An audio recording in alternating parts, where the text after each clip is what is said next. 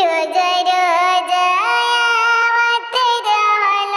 बात बतियावत रहल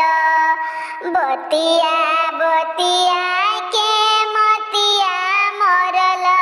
हमरी पापाजी के बतिया बतिया के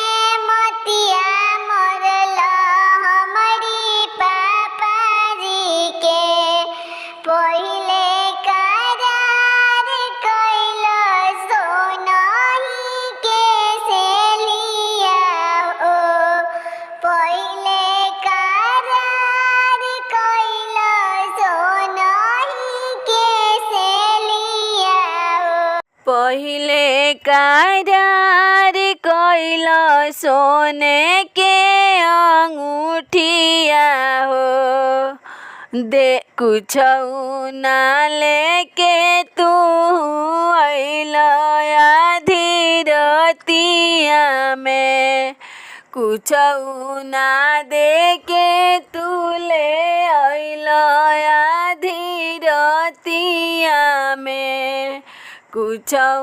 ना दे के तू ले अइल आधी रतिया में रोज रोज आवत रहल बात बतियावत रहल बतिया बतिया के मतिया मरल हमरी राजा जी के बतिया बतिया के माजा मरलस।